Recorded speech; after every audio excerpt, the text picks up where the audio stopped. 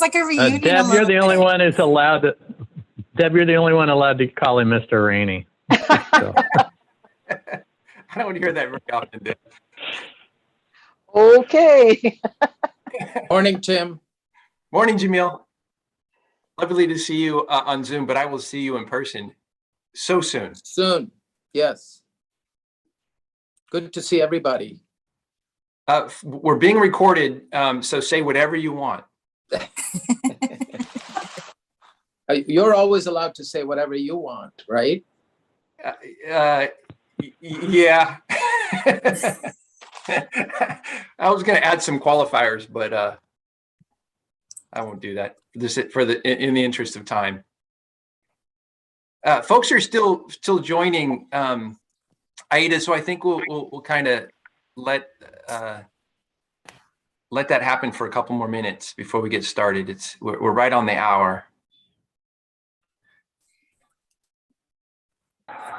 Yes, Miranda's going to be checking to see when all our panelists join. And my Wi-Fi is a little being weird, but I'll fix that. Oh, that's no fun. No. Timing for that.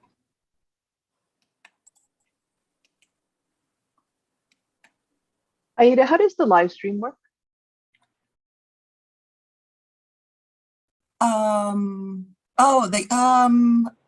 Is Miranda on the line or somebody from admin? I'm here. So right now we are, so this is Anna. We are live streaming through our YouTube channel.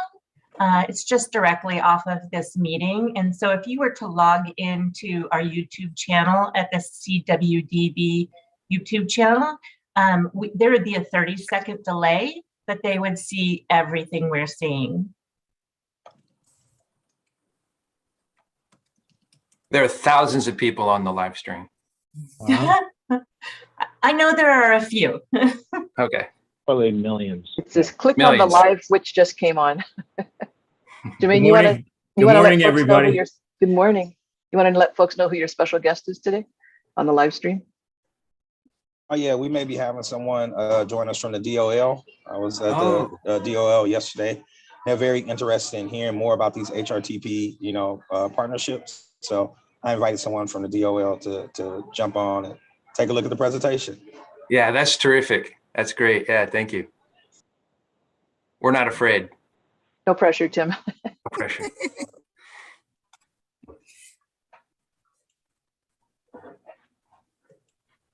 We're just in competition with the 420 event in San Francisco today, so it might reduce our crowd just slightly. Yeah, or we might have to live stream to Hippie Hill. We'll make a note of who's not here. We should be talking about our cannabis HRTP today. Oh, right. My son will not be on Zoom today, Hope. Yeah. He's 26, by the way. Wow. No way. He's of age. Oh my goodness. Yeah, Deb, you remember him when I do remember when he was like really little.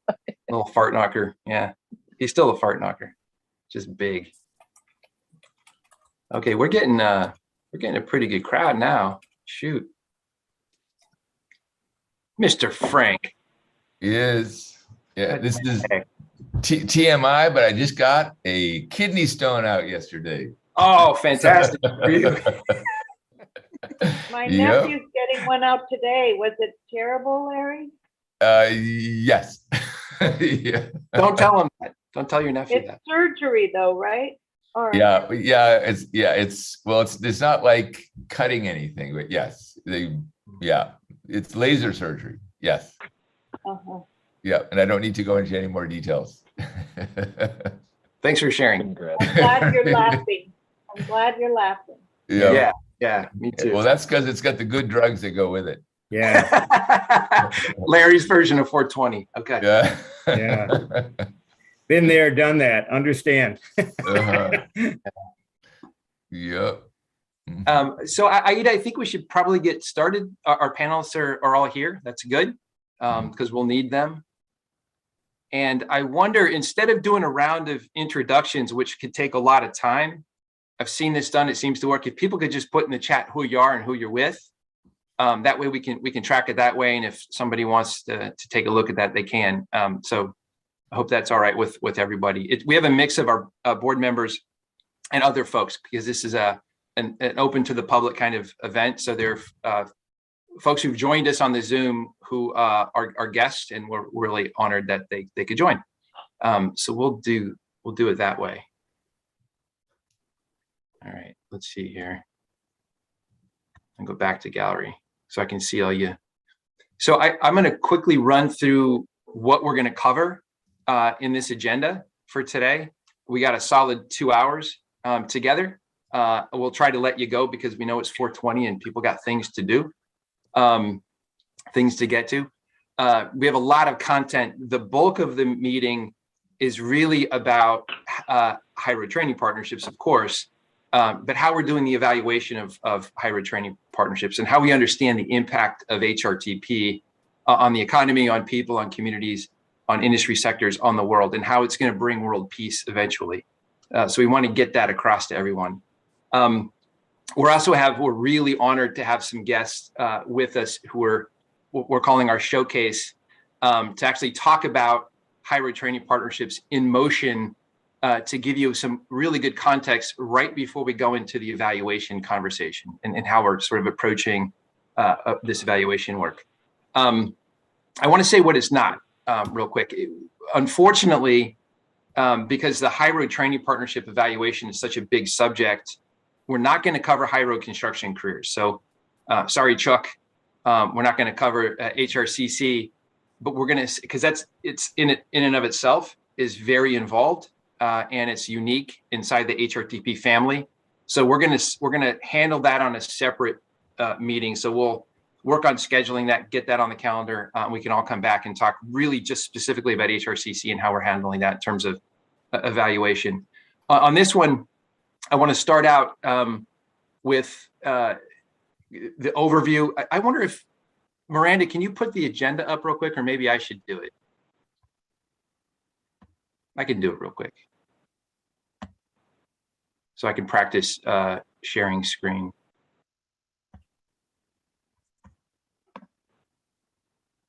Can you all see that? Sorry about this light coming in. I got this divine thing going on, so just ignore it. The overview, we're going to start with an overview of high road. So just briefly kind of walk through a lot of you have heard this a million times from Aida and from me, because we talk about it at every board meeting and every executive committee meeting. But we're going to take a couple of seconds to talk about what HRTP is and kind of what we've learned very broadly from HRTP. We'll talk about the limits of the traditional workforce development approach. We're going to talk about the high road vision and the policy agenda behind that. We're going to talk about the high road core principles, but again, very, very high level. We're going to stop there for questions and let you guys, we're going to stop a bunch of times for questions. We want to give you a lot of opportunities to weigh in, clarify all the way through this 2-hour presentation. We're going to talk a bit about the HRTP funding history. I want to lay out for you what funding has come in and how we've handled the evaluation work in the original 8 HRTPs. And then we're going to get to, Aida's going to show a really cool map of what it looks like across the state of California. It's a good visual. Then we're going to jump into the showcase. And as I said, we have 2 high road training partnerships with us right now on Zoom. Welcome y'all. Shirley Ware Education Center is going to present and the California Transit Works will present. And we'll give you a chance also to ask questions of them after those presentations. That's a 40-minute chunk, that alone. So we're giving a lot of time to the HRTPs in motion. No pun intended for the Transit Works part. Then we're going to get into testing the efficacy of high road. And I'm going to hand it over. We are going to hand it over to UCLA Labor Center to walk through the evaluation framework that we've co-created and how we're looking at evaluating high road going forward.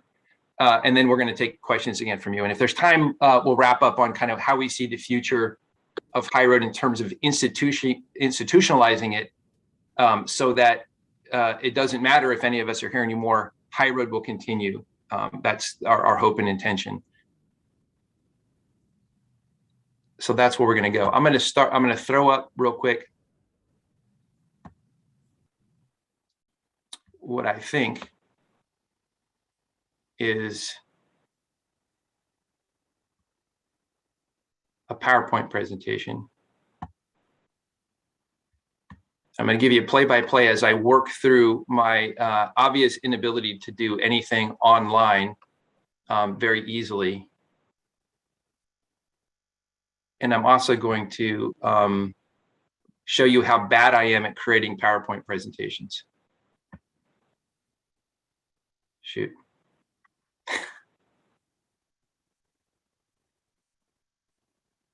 Okay, I'm not sweating right now, I swear.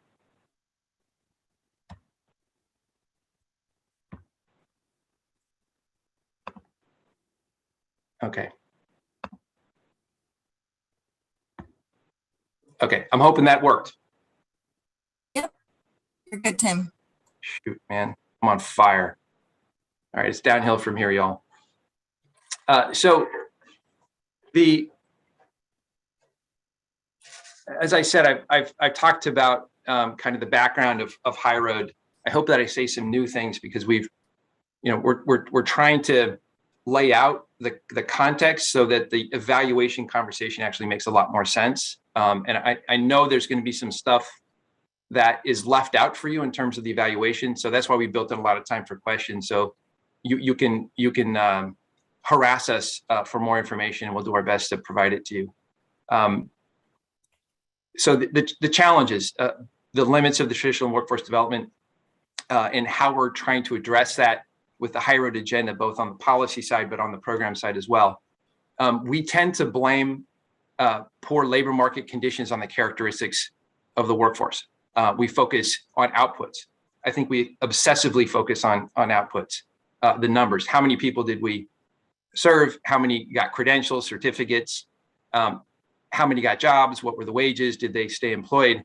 These are very important metrics, and we capture these very routinely in workforce development across programs. But they put a lot of the focus, I think, unfortunately, if that's all we look at, it puts a lot of the focus on fixing the worker. Not enough attention is paid to their experiences. Is the system accessible? Is it navigable?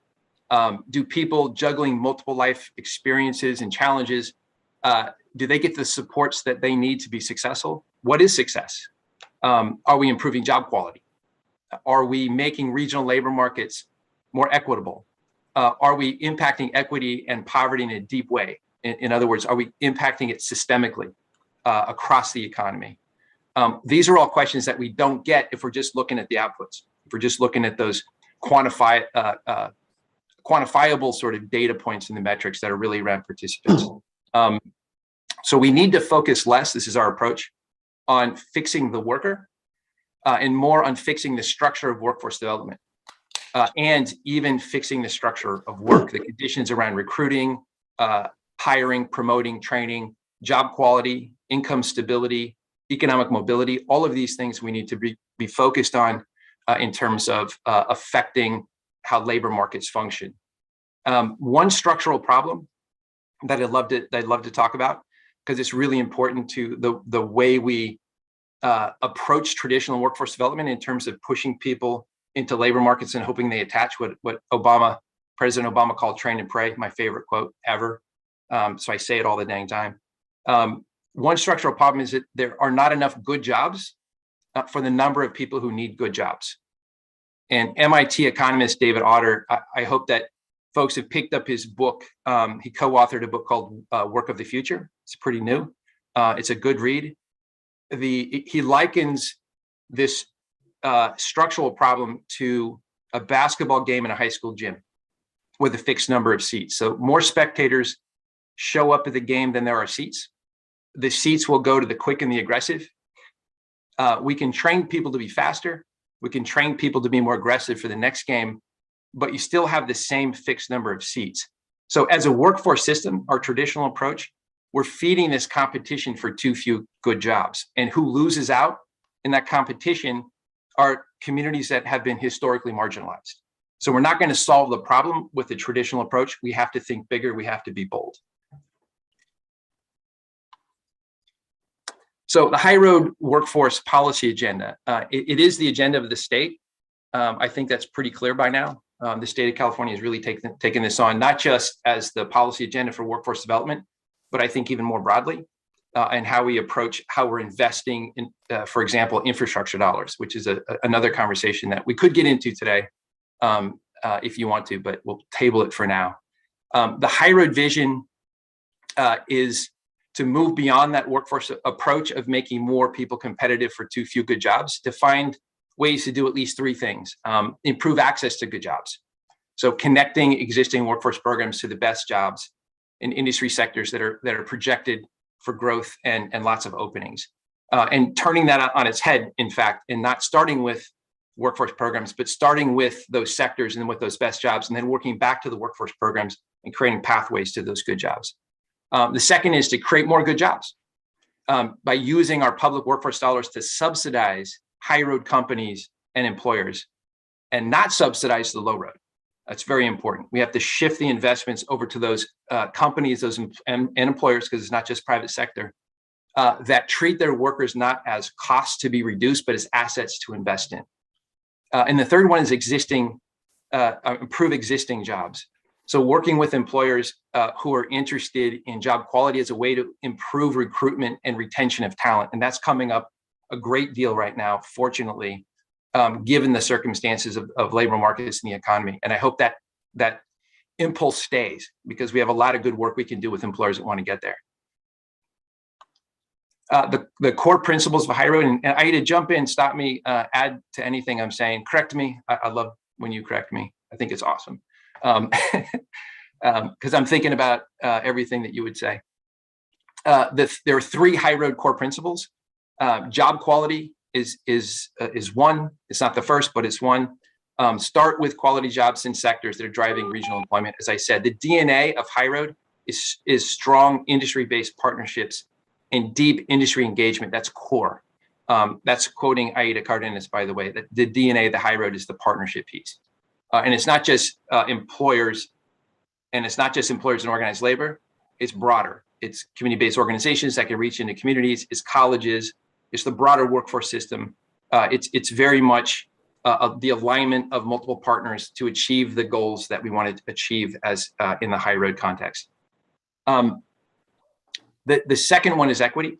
Workforce programs, I think, focus well on populations with barriers to employment. If that's how we want to define equity, they do pretty well because the composition of our workforce programs look really good in terms of demographics, but we're not getting the outcomes that we want. We all know that. All of us can look at the data and see that we're not getting that's not translating into how employment looks in industry sectors, especially certain industry sectors, or who's benefiting or who's not benefiting from economic growth and productivity. We can all, I don't think we need to debate that. What we say, and this really underpins the high road approach, is you can't achieve equity if you don't pay close attention to job quality. Those are inextricably linked. And the final one is climate. So focusing on building resiliency for industries, workers, and communities that are most impacted by climate change and climate policy. And this includes supporting and preparing workers for changes in technology and even automation. So I'll stop there, Aida, I think, and see if there are any questions, because I don't want to just keep talking at folks. So pause for a sec and see if there's any need for clarification. And if not, I'm not afraid. I'll just roll on through and get to it. Okay, rolling on through. So the original high road training partnerships, there's a lot of, I think, that we need to clarify about what's been done in the past, because there's been a lot of interest in what the outcomes have been of the high road training partnership work. But the fact is, most of the investment is coming now. It's in the current programs. But we started, beginning in 2016, invested $9 million of WIOA, Workforce Innovation Opportunity Act funds. That's all we had to work with back then, the discretionary money, to design, develop, and accelerate model high road training partnerships in the state. Funds were released in 3 solicitations between 2016 and 2019. We awarded $7 million to 8 high road training partnerships. And they were in diverse sectors: hospitality, logistics, building maintenance, healthcare, utilities, mass transit, goods movement, public sector even. So very diverse. $2 million was also invested in technical assistance and evaluation work that we did with UC Berkeley and UCLA respectively. UCLA, UC Berkeley, and us, the State Workforce Development Board, with a lot of elbow grease from AIDA, generated a lot of support materials, what we like to call a suite of support materials and tools and best practices to really build and advance what is a new field of practice, not just in California, but nationally. So we're kind of the vanguard on this high road practice in the state of California. And we validated that many times because a lot of folks have been coming to us for advice on how to do this, including our friends at the Department of Labor. So this suite of materials includes 24 documents, a lot. It's all on our website. It's very accessible. We use them all the time. Some of my favorites are my hit list, are the quote unquote foundational documents that include the high road framework, a pager on equity, a pager on job quality, and a document on climate. And there's more up there. So I really encourage you to take a look at cwdb.ca.gov. Another group of documents that are really important to take a look at are the quote unquote essential elements. And those are documents on industry-led problem solving, partnership as a priority, worker voice, and industry-driven training solutions. So a lot of this work and this content came out of our 8 high road training partnerships. UCLA conducted what we call a process evaluation that, and as I said, led to the development of these materials, but also included a 14-page overview of each of those 8 projects, each of those 8 HRTPs. And that was done in the summer of 2019. We have a 50-page report also up on our website and an executive summary that was published in spring 2021. So a lot of content that came out of the learning from those 8 original projects and that investment, not huge investment, but an investment in those first 8. Outcomes from that, again, this was a process evaluation. We didn't know that HRTP would grow the way it did. We hoped, but we didn't know. So the evaluation was really focused on what's inside of a high road training partnership, what makes it work, what makes it tick, and then how do we pull from those and develop tools to continue to build this field of practice. But we did serve over 1,000 workers. We know it's trained and employed. We know it was a bigger number because a lot of the HRTPs use our dollars for the partnership building and the development work, and use other funds, leverage funds to pay for services for participants, for workers. So we didn't capture all of the data that we wanted to. It's hard to go back now and get that, but we know at least 1,000 were served and employed. But we developed new apprenticeship, non-traditional apprenticeship. This is fairly new in California, outside of the construction trades, in 7 of our 8 HRTPs. We have new formal workforce agreements that have been negotiated and developed outside of bargaining between management and labor. It's very important to this work. We've developed new intermediary capacity because at the center of a high road training partnership, you need the centripetal force. Otherwise, a partnership doesn't work. These are all coalitions, and the work is really coalition building and sustaining for the long game. New program design and curriculum came out of this, and the suite of tools I talked about. Oh, sorry, catch up on my slides. So currently, we have a lot of money on the street. In June 2021, we released $19 million in greenhouse gas reduction funds. This went to both existing high road training partnerships, but also new ones. We have a total of 22 grants right now. It's a lot, so we're very quickly trying to build our field team because it takes a lot of care and feeding to make this work. So Aida is challenged with bringing people on fast, and her team is very stretched. We obviously work on this across our departments, but Aida and her team are on the front lines. We are going to train at least 4,300 people with these dollars. This is what we told the legislature, but we're going to exceed that number, I'm sure. We're also expanding the non-traditional apprenticeship among those 22. we're projecting that about half or more of those 22 will develop pre-apprenticeship or full-blown formalized apprenticeship. The final evaluation will be conducted by UCLA, and we can talk about that in the framework conversation. The 21-22 budget, which we're just now getting out, and we're getting it out quickly. It was $110.5 million total for higher ed training partnerships. Again, I'm leaving out higher ed construction careers for the most part. 10.5 million of that was Workforce Innovation Act and Opportunity Act funding.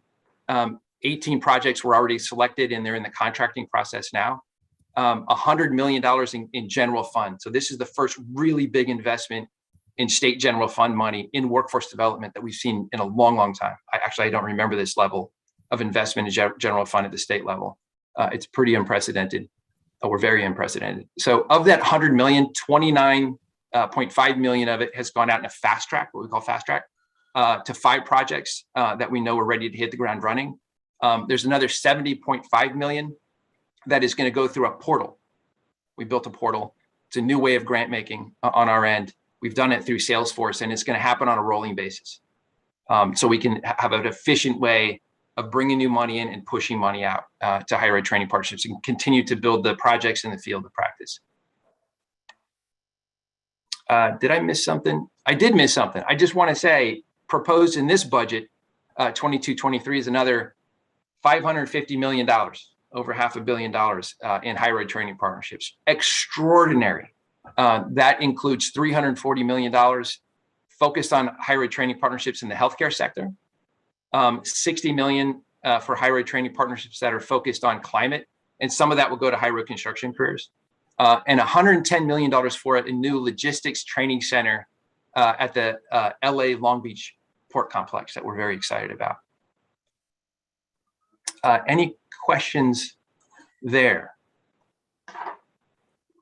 Yeah, it's Carol. Tim, is there any funding for the work of Shreyas's team that is not labeled HRTP, but very related in terms of putting, helping agencies put the standards needed to address, Yes. job quality? Thank you. Yeah, there is, and we've hired, we've added staff to that team to do the policy work in Sacramento. Shreyas is very busy, as you can imagine, and this is applying high road workforce standards to contracting and procurement. So it's part of the bidding process when the funding goes out, and that helps us kind of set up the conditions for building higher ed training partnerships in the field. And this has worked already in a couple of industries like electric bus manufacturing.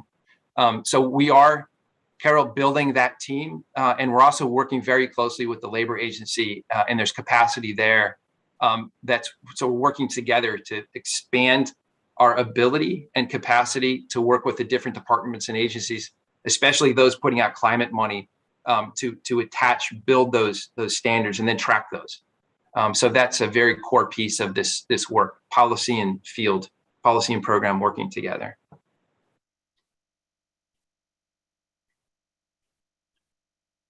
So I think before I move to the next part of the agenda, I just wanted to sort of set up really quickly for the evaluation conversation. But before we get to the evaluation, we're gonna hear from our amazing HRTPs who've joined us to showcase. For higher ed training partnerships going forward, and you're going to hear more about this, in partnership with UCLA, we've developed a comprehensive evaluation framework. It's very cool. It's very complex, but it's mostly cool. The framework is based on assessing all of our project work, our program work against the goals of high road. So it's economic equity, worker voice, worker power, quality jobs, industry-based partnership, all of those things. But it's a mixed methodology. So instead of just focusing on metrics around participants, it includes that, but it's not just about that. It's a mixed methodology of qualitative and quantitative. So on the participants, we're going to still collect data through Salesforce soon, and hopefully moving away from CalJobs because it's very, very complicated system for our grantees to input data in. We're going to move to Salesforce, which is going to make that much easier. We're very quickly getting there. We're there actually on some of our grants. But that's going to be for collecting demographic data, priority population data, the services received, who got training, who got supports, who got stipends, those kinds of things, educational attainment, skills gains, wages. But we're also looking at that qualitative data through narrative reports from our grantees, in-depth interviews with our grantees, field notes, case notes that are going to go into sales force, industry-wide data, those kinds of things. So we're going to get more into that when Analu's talks, when UCLA comes on. But first, I want to hand it off to Aida to take a look at the world, and then we'll transition to the next part of the agenda. And I'll stop sharing screen, Aida. Thanks, Tim. I can figure out how. Okay, I figured it out. I'm going to share just a quick map, and then it can go straight into the meat of it, which are the projects. But I just wanted to quickly share this map. I know some folks have seen it already. Tim talked about the demonstration. Oops. Sneak peek, the 8 demonstration projects that we started with, right? And 2 of them are going to be presented today. And so all of those lessons learned that Tim shared really took a really deep dive. And so as we expanded the portfolio of HRTPs with the GGRF money for the California climate investments, we use that as a guide when we met with potential projects or existing partnerships to use that as the roadmap, no pun intended, to think about, what are those essential elements and key components of a high road training partnership that's going to get us further faster. And with those investments, we were able to expand. We really looked at, what were areas of the state where we didn't have a presence, where there wasn't any investments, or where there was really underserved communities, and, thought outside of the box and supported those areas and regions. And, with equity, it's like meeting the region where it's at, meeting the industry where it's at. And I think that we expect through these additional investments to, double our portfolio in the next year. But it's not just about doubling the portfolio in terms of numbers. And you'll hear from the projects right now that we're about to introduce it's not just the number of projects, but those individual projects. Like you'll see, CTW is going to share their own map, right? They're like one point on our map, and they have their own map with a lot of different partnerships throughout the state. So it's really about making impact across the state in these industries. And it is, as Tim says, that long game in terms of having those interventions. So these are the projects that got funded this last year in 2021. Again, folks have been going through the COVID roller coaster, start training, stop training. Can we meet in person? Can we not? What are the needs of the industry? We continue to pivot. I will just add one more thing before introducing the projects is that what we found through the demonstration projects, when COVID hit, they were working on their projects, but because they had a partnership in place with employers and workers at the table, and they sort of developed this practice and culture of collaborating. When the crisis hit, they were able to leverage that partnership and say, okay, this is what we need right now. And we need a change. The janitors were working on their green janitor program, and then said, we need to look at infectious diseases and how are we, protecting workers and creating clean and safe work environments for workers who are still working in the office or when they come back. And because that partnership was in place, they were able to pivot. And this month, they're going to reach 1,000 workers certified under their infectious disease certification that was developed, during that crisis statewide with over 40 employers throughout the state. So those are just some examples where having that infrastructure and partnership allows for the industry, employers, and workers to work together to address immediate needs. So we'll move over to the presentations, and we're going to start with the California Transit work, and I will hand it over to Deb Moy to introduce her panel and lead us through this a great presentation. And I think that got to see the growth and impact of this organization throughout the years, and I think it's only amplifying, especially in this next. These next couple of years. There's some real amazing opportunities. So thank you to the panelists and Deb and John Brower for leading these efforts. And so I'll hand it off to Deb. Good morning. in typical California Transit Works fashion, we actually would like to start introducing our project through a video. So we're going to show that video first to give you a sense of who all is actually California Transit Works for, a lot more than just the people on this call. And then we'll go into a PowerPoint presentation. And Tim, I'll take some cues from you, and hopefully I can work the PowerPoint as well as you did. So let me go through the video first. Here we go.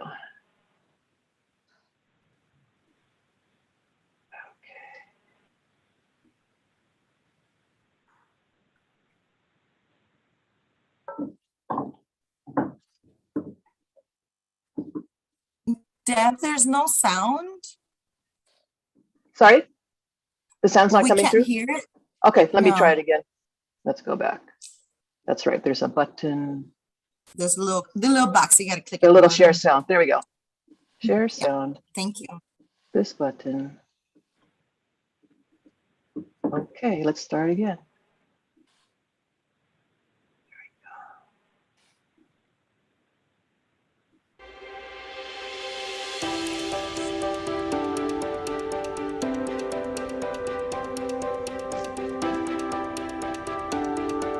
What you're going to hear today is breaking what I would call the 1970 mold of union and management and forming a trusting partnership where union and management work together to recognize that our challenges are outside of the doors, not inside our work centers. Certainly we have those challenges, but we have an effective method called collective bargaining to deal with this. This partnership is solving our problems collectively. This is a great picture to see ATU or see our unions and management working together. And it was unusual at the time to actually be able to sit at the table and not kill each other.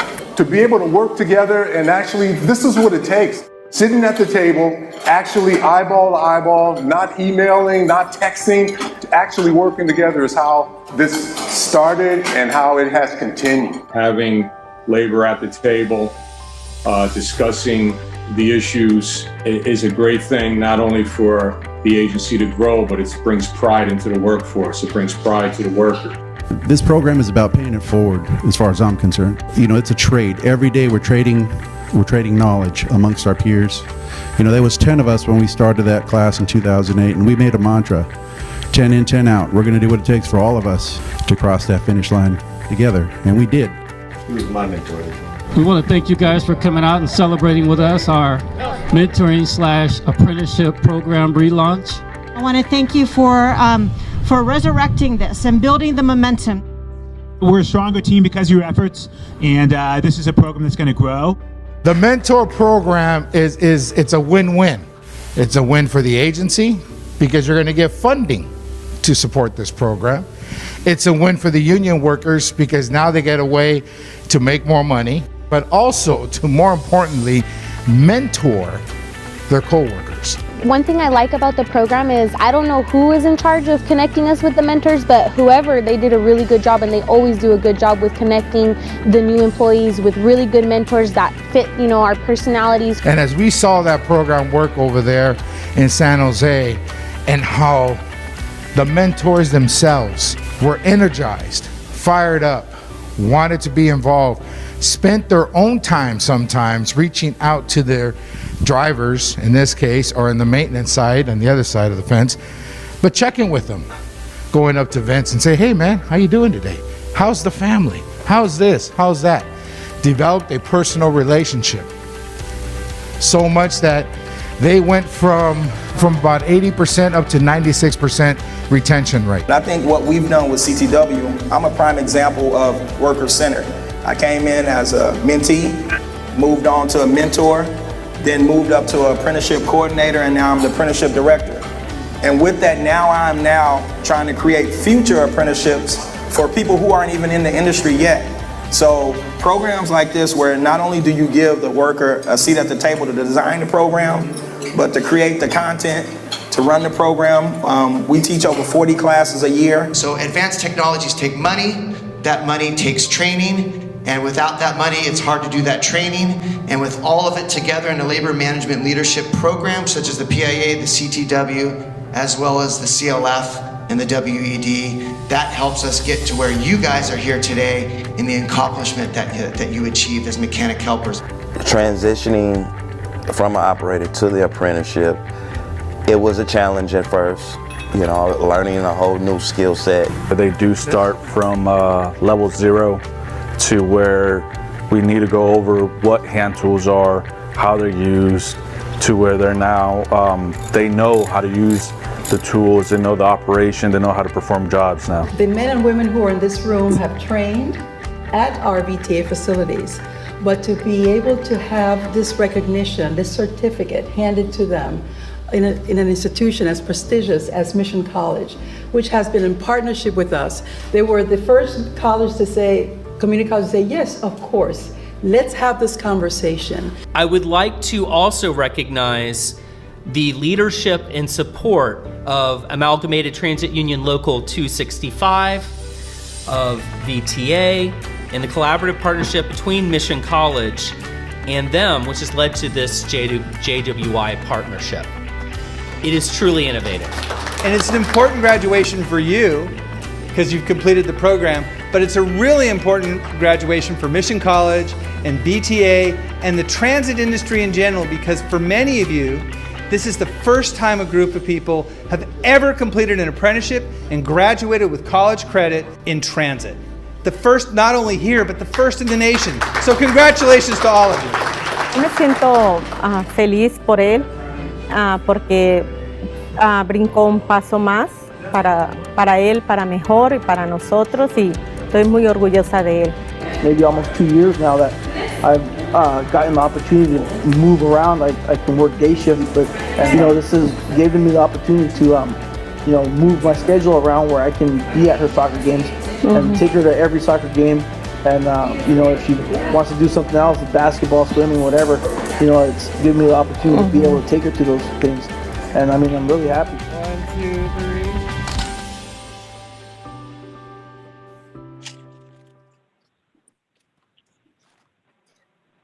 I hope I gave you a little sense of who we are as California Transit Works.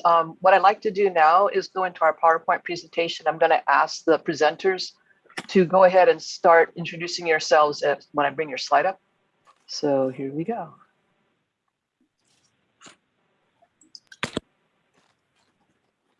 John Brower? Yes, John Brower with the California Labor Fed. Deb, do you want other folks to just go ahead and I'll come back for my 30 seconds? Or they're going to introduce themselves as we go through the PowerPoint. Okay. I just to you fellow state board members and staff at the board, the Fed has been a big supporter of California Transit Works since 2006. That we think it's been a great partnership for both our union members and workers, but frankly, for the millions of Californians who take public transit every day. I think what you're going to hear from folks today, and is important for us as to why we've been involved, is to show you that labor is an important partner in partnerships, that as Tim was making the case before, starting with the jobs, that labor plays an important role in both being an industry representative along with employers, and frankly, having you think about labor as part of the demand side, as well as bringing worker voice into the equation. I think the other thing that you're going to see today that we think is important is that these HRTPs with labor involvement have a real ability to go to scale across the state, and as well as be having an aspect of adaptability and program changes, as some folks mentioned a bit earlier. And lastly, that there's examples of us, frankly, blending and braiding funding sources to make this sustainable over the long term. So HRTP dollars and the general fund dollars were really good starts, but they have managed to move beyond that as well to really grow this. So thanks for the opportunity to present today.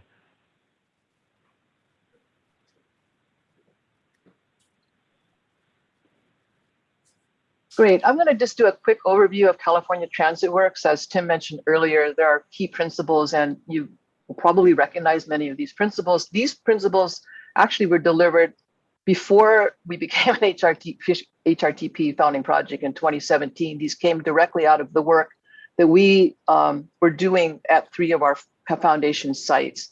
As you can see from the video, peer mentoring is at the heart of what we do, because our lane is what impacts the frontline worker. So when we talk about industry driven, it's very clear that there's certain industry trends that are definitely impacting our frontline workers, especially as the transit industry goes through a tremendous evolution right now.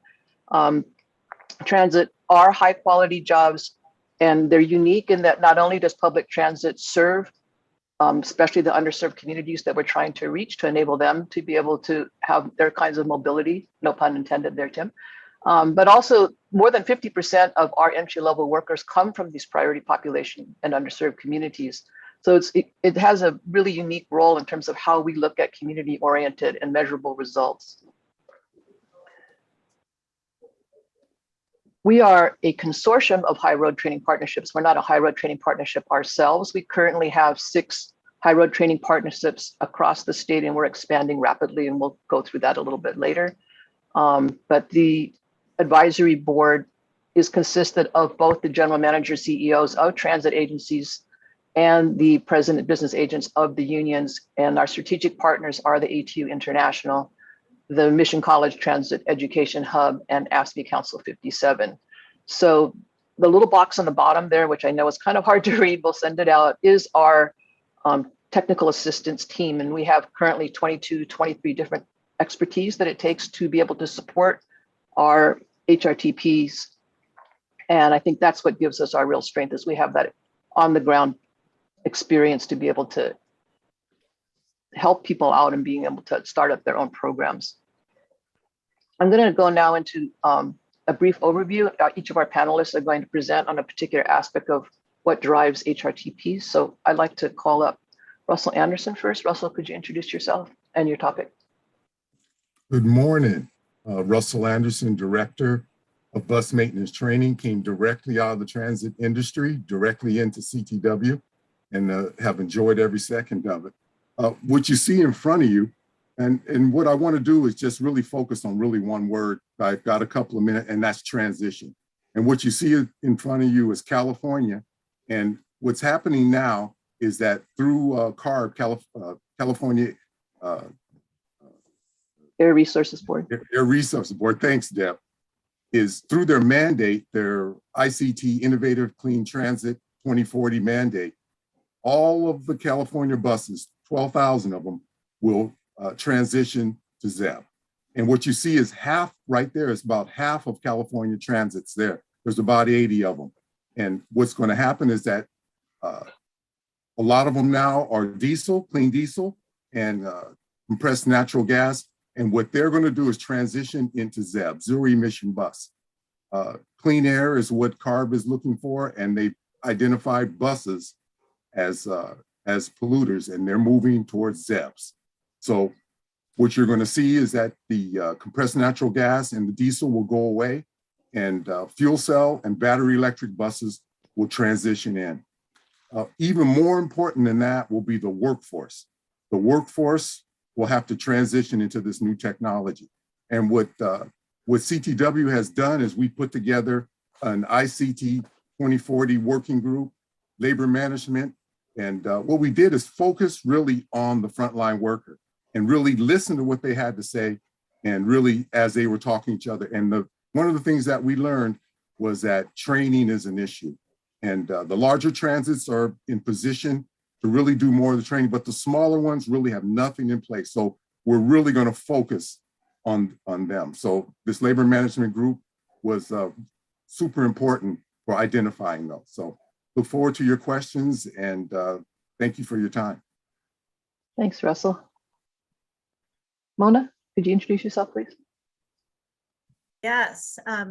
Good morning. I'm Mona Babalta, Deputy General Manager of Golden Gate Transit, which is a division of the Golden Gate Bridge Highway and Transportation District. We are primarily a commuter bus system that traditionally moves commuters to and from San Francisco across 4 counties in the North Bay. That would be Sonoma, Marin, Contra Costa, and San Francisco. I'm here to talk about our new pre-apprenticeship and apprenticeship programs that we've developed with the help of California Transit Works. They've been just invaluable in terms of providing technical support and just just, moral support to help us get these programs off the ground. They also played an integral role in helping us develop our first bus operator mentor program here. So so Deb, I can jump into, the programs now. Just some background, like many other transit agencies across the state, we are interested in growing transit service in response to growing ridership demand as we come out of the COVID-19 pandemic. However, we have been limited in doing so due to challenges with recruiting, retaining, and hiring bus operators. To address this, California Transit Works has played an integral role in connecting us with local community colleges, which also have an interest in helping us implement innovative solutions around bus operator recruitment and their professional development. And we are currently, like I mentioned, implementing a pre-apprenticeship program, and we're doing that with the Santa Rosa Junior College. And we're also implementing an expanded element to our existing apprenticeship program with the College of Marin. And that will allow our bus operator apprentices / bus operator trainees to earn college credit as they go through our training program. And both colleges are focused on helping us conduct aggressive outreach in priority populations and underserved communities in order to identify talented candidates who are interested in building a career as a bus operator here at Golden Gate Transit, or a career in public transit in general. They are also working closely with us and our local bus operator union and our bus operator mentors on designing the programs that will set up our pre-apprentices and our apprentices for success in their jobs. Here at the district, we firmly believe that setting up our employees for success and providing a strong support network here in the workplace are effective retention strategies which can help us stabilize our staffing levels. The colleges also, I got to emphasize this, they played a key role as we've been designing these programs. They played a key role in helping us identify pre-employment requirements that can serve as employment and equity barriers. And as a result, my team and I, over the last few months, have revisited these requirements and are revising them accordingly to be consistent with our commitment to equity and ending practices that contribute to systemic racism. So with that, I'm happy to answer any questions, and I want to thank you all for your time today. Thanks, Mona. Rob Gamble, please introduce yourself. I'm Rob Gamble. I'm the Director of Workforce and Business Engagement at Mission College in Santa Clara.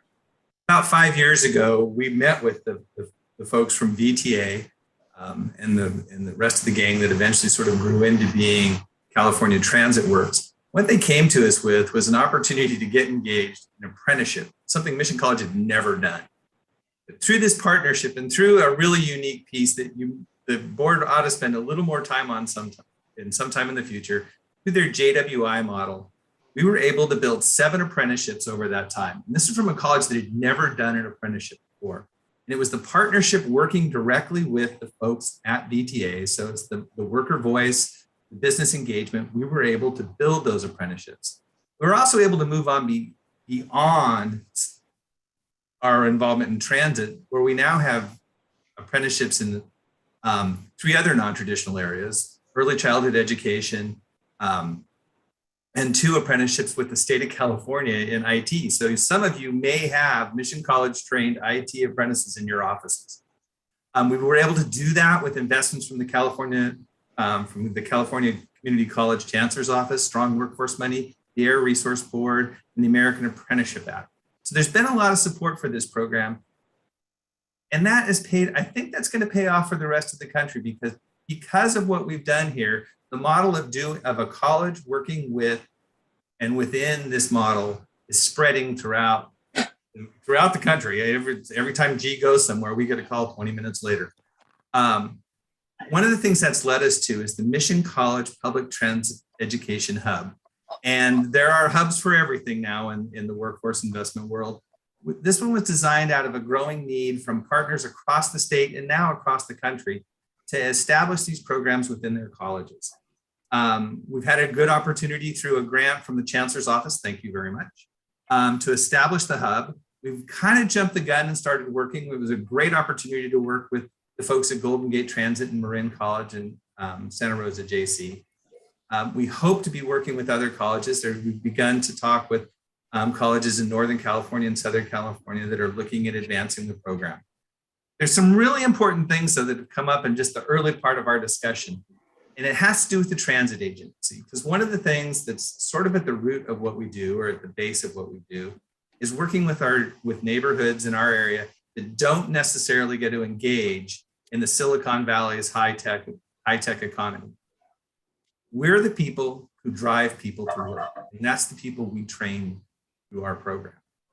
Over the next several years, as Russell was saying, the industry that we work, transit, is going to change over its entire infrastructure, from diesel buses to electric and hybrid fuel sources.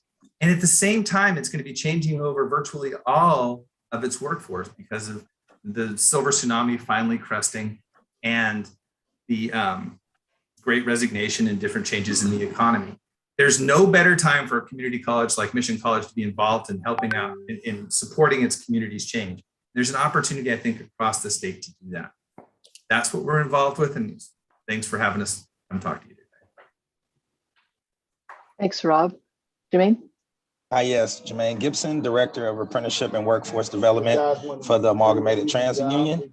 Unfortunately, I can only stay on this call for another 4 minutes. I'm actually in Cincinnati, spreading the HRTP model to the transit agency and the local here.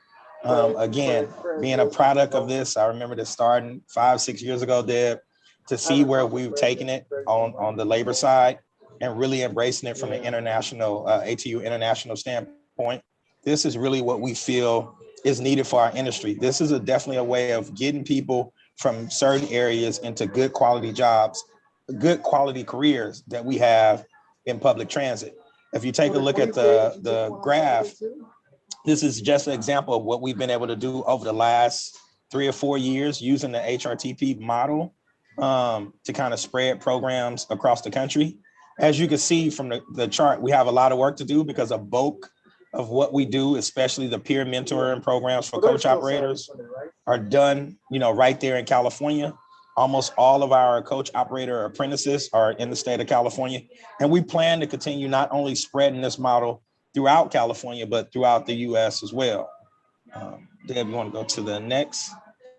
Here's what we've been able to do. I want to say over the last 2 or 3 years, starting off in the Bay Area with Santa Clara Valley, AC Transit, and Golden Gate, to expanding into the Central Valley with, Stockton and Sacramento. But I think the biggest piece for us over the last 6 months is now expanding this approach into Southern California and really bringing our transit agencies and our Southern California locals together to really embrace this HRTP approach when it comes to building these type of programs and when it comes to building programs that not only upskill your incumbent workers, but really prepare the communities that we serve to get ready to transition into, transit careers. Again, as I mentioned earlier, I never would have thought being part of this would have led my career to where it is now. And it just goes to show that this HRTP approach, where you have workers being involved in what you're creating, is really helpful and is really needed. As I mentioned earlier, I was just at the DOL talking about this yesterday, and to now see what you started 5-6 years ago being embraced on the national level, I can't do nothing but smile. So again, like I said, I only have a few minutes to go before I get off. So if we have any questions, I'm here. Thanks. That ends our formal presentation. G does have to jump off for another meeting. So if anyone had any quick questions for Jermaine before he has to leave, I'm sorry, that breaks the agenda a bit, Aida, but. Well, that means I did a good presentation. You did a good presentation. Thanks, Joey. I wrote champion right there. Good job. All right, you guys have a good one. Thanks, everybody. That concludes our presentation. Yeah, thank you. Thank you so much for presenting and also for just sharing how comprehensive this partnership work is. And once we sort of figure out the model and the formula, being able to transport it, right, into other parts of the state, taking those lessons learned and, talk about the high road in terms of, looking for those win-win, and it's not always easy. And I just really also want to emphasize what was in some of the presentation where I think it's in the video, I said, we started with 10 workers back in 2008 and look where it is now and the potential it has.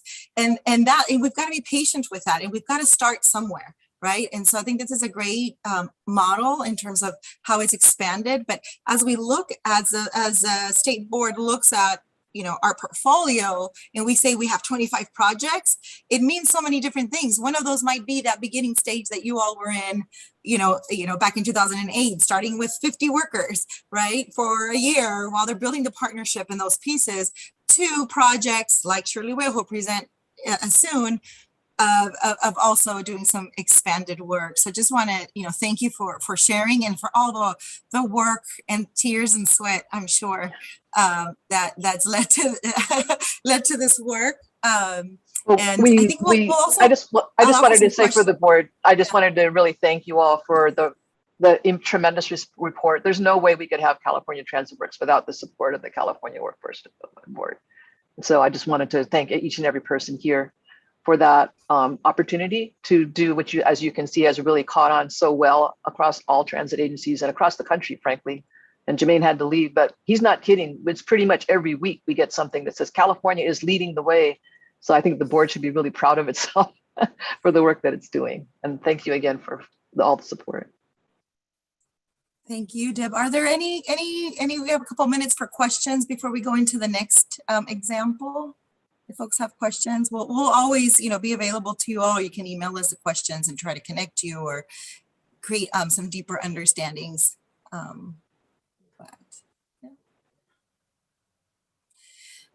Great. Okay. So thank you so much. And now we'll pivot and learn. I'll hand it over to Rebecca to introduce her panel and start her presentation with Shirley Ware Education Center.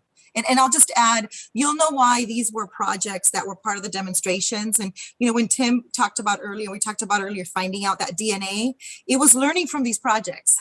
If we're carrying the banner of equity, climate, and jobs, what does it really look like? And we learned from projects, and that's how we, looked at, the framework of the high road model. So hand it over to Rebecca and her team. Thank you so much, Aida. And thank you so much to the board and all the staff here. It's just really awesome opportunity to share our projects with you. And the partnership has been long. I think we first got some funding through some of the accelerator funding. And then when HRTP started, we've sort of been on board from the start. So super excited to share that. And just to kick us off, I'm gonna start sharing my slides, but I will kick this over to our trustee and fierce advocate and program graduate, Sonia Allen-Smith. Good morning, everyone. Good afternoon. Again, I'm Sonia Allen-Smith. I would like to say, just before I start off, how motivated I felt on the presentation from the transit worker and just talking about the LMP process. So, and the passion and just being able to work with people and change lives. So really passionate about that piece of the work. Again, so Sonia Allen-Smith.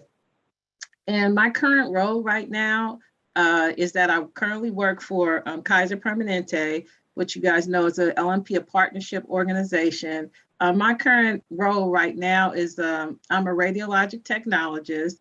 By doing that, I was also able to upskill to mammography and the MRI tech.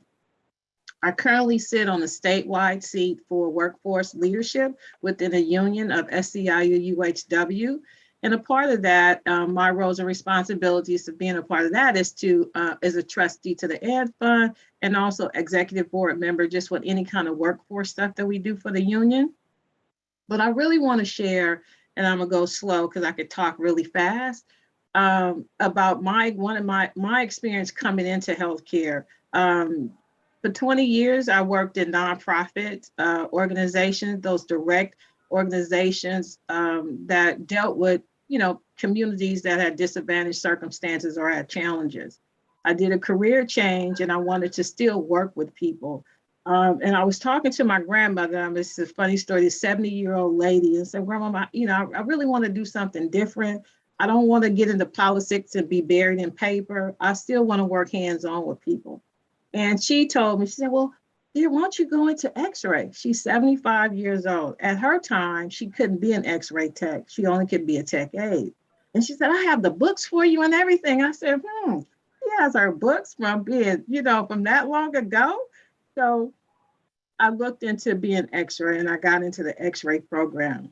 But my entry into the healthcare field allotted me a lot of opportunities that I did not know existed.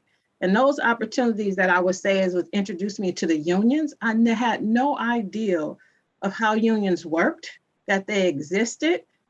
I was a frontline community worker, passionate. I also was introduced into the education fund, had no idea that there were opportunities that will help me or workers upskill into, if it's my CEUs, going to changing my career, had no idea of that. And I was introduced to the Workforce Planning and Development, which is a regional board I sit on the union that deals about workforce planning and development for Kaiser Permanente and the LMP process. But what really is heart moving to me is the educational fund, because they value the frontline workers to upskill them into professional opportunities. Again, as I said, in their CEUs, if it's training classes that they need, or resources for our members and our frontline employees. And one of the things that I wanted to share with you is that during the pandemic, I think, which was really a crucial time for a lot of folks in healthcare, working frontline.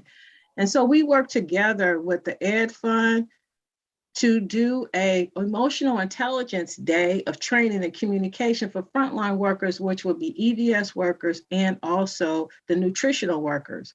Often in this field, those workers were not getting the same line of communication, maybe as doctors, nurses, or whoever were considered at the front line. And they had a lot of emotions dealing with the constant change, the change in the job, not lack of communication. And so what we did is we came together and put together that emotional intelligence day. We had over, 100 people attend in 2 sessions, which was really great. They let them take off work to come to this workshop. And I say how important that was to us is because in the midst of that training, we had members say, well, I need to go back and talk to that person. I really didn't understand how they were feeling. And it was so emotional. They stayed in the room the whole time. They were engaged and active and listening to how they can change the emotional part of what they were going through during COVID. Again, for me, when we're able to see our members get the resources to make them feel better, even if it's just teaching them about how to be, your emotional intelligence is really an important part of them growing and developing in the workforce. So that was really important to me. We continue to work in that partnership way with the Ed Fund. Other programs that we have that I think that is really impactful is that we have member-to-member programs where they're going around the facility in these different facilities across the Northern California, Northern and Southern California, going to outreach to our members about what the Ed Fund the Education Fund has to offer in resources. And it's just so phenomenal how our members turn around and they have these aha moments, that they have the ability to upskill. This benefit that a lot of folks do not have if you're not working in a partnership such as ours, the labor management partnership, or having the Ed Fund be there to guide you, to be able to give you the resources, the counseling. Again, I stepped back. I did a career change. I didn't have that resources. I had my grandmother, right? I didn't have all those resources to help me to do a chain of where I can go and upskill. I think so. The Education Trust has also expanded its services to over 100,000 workers. And they also have across 20 organizations. That's SEIU. It was developed in 2004. And through that development, we're working with the union and the Ed Fund, developing the Ed Fund. Again, a reach of 100,000 members, over 20 organizations. That means we're not keeping it to ourselves. We're working across with other organizations because we know the power in that. I think I would add the other caveat is that we know that there's a healthcare worker shortage that's happening. That this is like, we're already ahead of the game, for lack of a better word, because we have this built into our infrastructure and be able to grow our members that sit in our facilities to upskill into better jobs so that we can open up more entry-level jobs for people to come into, which then they can have the advantage to continue to upskill themselves and have life-changing moments.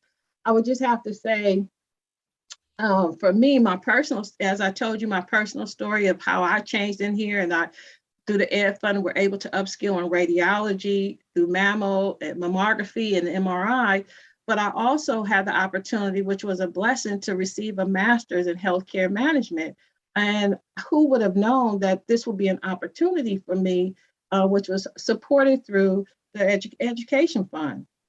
And now my new role is or not part of another responsibility, but my primary role now is I'm the Northern California workplace safety labor leader for the region. And that was just only through, the being a part of this LMP process, working with the educational fund and knowing that those opportunities were there. We have, I could go on and on, but I trying to stay focused because I'm very passionate about this. And I'm going to tell I'm trying to get my son involved. Now he's getting involved in it because he's a millennial. And a lot of the millennials, they don't understand, and I've talked to a lot of them, let me stop, but they want to change all the time. They're not like, I'm 50, their work ethic is totally different. So if he wants to change, use this resource to help you change. Use the resources that you have through the educational fund. I won't go any longer. I would just say the Ed Fund is a life-changing program for our frontline members so that they can continue to grow and change. There's so many wonderful things that is happening. I can't list them all. I should have did a PowerPoint, but I will turn it over to Rebecca Hanson to continue on. Thank you, Rebecca, and thank you, everyone. Thank you so much, Sonia. I really wanted Sonia to kind of like kick us off because of her passion, but also her leadership and just highlighting the importance it is having you as a trustee and really helping to guide these programs. A lot of our success is owed to Sonia. Okay, so can folks see my slide deck as well? Okay, good. So I'm just gonna give some quick highlights and then I'm gonna turn this over to Tariq Scott, who has been sort of our lead director on all HRTP from the very start. And I wanted to start by just talking about, Sonia talked about the extraordinary situation we've had during the pandemic, our training fund. And I think this speaks to something you said, Aida, that because we had this infrastructure built, we were ready, right? And so when the pandemic hit, we've had 2 of our highest utilization years to date in terms of serving our population. And I'll show you a chart that really, gives you a sense of the growth of our program over the years with HRTP investment. But just to say that in the past year, we had over 27,000 students, which is 10,000 more learners than we had ever had in any prior year. 70% of our learners are women, 70% are workers of color, and about 25% are immigrants. We know from just tracking sort of wage, not only program outcomes, but wage gains and partnering with labor and management to really dig in on the outcomes for learners, that they have a 50% higher retention than other workers. And right now in the Great Resignation, and when a lot of healthcare workers, I think over 70% of healthcare workers are considering retiring. I will say that many of our members and the folks that we're serving, we're really an anchor for them in their careers and thinking what's available to them. And I think that's partly why we saw that huge growth during the pandemic and utilization of education resources. We have a 90% completion rate, and the transit workers talked about this. This is all about mentorship, wraparound services, support, making sure the program design is learner-centered, worker-centered. And on average, when people move from our program into new jobs, they have 45% average wage increases, and Tariq's going to share some examples of some pretty extraordinary outcomes in terms of wage gain. We have been working, like Sonia said, across 20 different bargaining units, 20 different employers in healthcare, largely in the private sector. I'll share that in the next sort of phase of our work with HRTP. We're excited to get investment that will allow us to start to expand these services into the public sector healthcare with SEIU 5-to-1 and 10-to-1. And just there's not only an extraordinary amount of need to serve the public healthcare sector, health and human services, and community clinics, honestly, like have a huge amount of workforce need, but we're able to leverage what we know as best practices learned through our work with HRTP and with the private sector healthcare to serve these new employers and help build their partnership. Really critically, and this speaks to some of the investments that we've made with recent rounds of HRTP funding in digital equity. Close to 50% of our learners during the pandemic in 2021 were new to the education fund. And this is really due to a series of program launches. We were able to launch with HRTP support, and Trig's going to talk more about this, something called the First Steps campaign. We also launched fully supported pathways, 15 in all that we now have. Many of these are regional programs. Some of them are statewide online access to programs. And we also are really targeting sort of the critical, like what the industry needs, the critical jobs that need to be filled now in different tech roles, nursing roles, and even behavioral health. We've even had our biggest year in apprenticeship to date, which was 75 apprentices in the last year. I think Tim mentioned that this is, newly emerging programs, right? And healthcare apprenticeship. It's been slow, but we're seeing a huge uptick right now in terms of the industry interest in doing this. And there's no time like now when there's shortages and a need to address clinical training to really look at opportunities to expand registered apprenticeship in healthcare. We had our biggest year in terms of members completing degree certificates and certifications, over 1,200 in the past year. And really, Sonia mentioned this, like a key part of our high road training partnership is what we call our member to member program. This is really members reaching out to their peers, walking their facilities, especially during the pandemic when our own staff didn't have the same access. We were still on the ground, so to speak, with members reaching out to other members all through the pandemic, attending huddles, sharing information at Steward Council meetings. So we're just really proud of that work. So I just wanted to share this chart and then I'll keep moving, but just to give you a sense, we got some of our initial investment from HRTP in 2016. And since that time, we've really used those investments alongside, Tim talked about braiding the resources of our labor management partnership, our CBA dollars, additional employer investment because the employers saw so much value in these projects, as well as foundation, ETP money, DOL money, all of those really bringing to bear all those resources to build and scale these programs. And as you can see, we just have had a huge jump during the pandemic. So I just wanted to talk for a minute before transitioning to Tariq to really highlight some of the details of our HRTP work, to say that as we're looking at 2022, I think, Tim talked about the growth in funding that is coming down the pike. Like, we really want to take advantage of the moment that we're in to address the needs that we're seeing now, but also plan for how work is changing in the future. And as Sonia said, what the workforce of the future needs to be successful and continue the career growth that they want.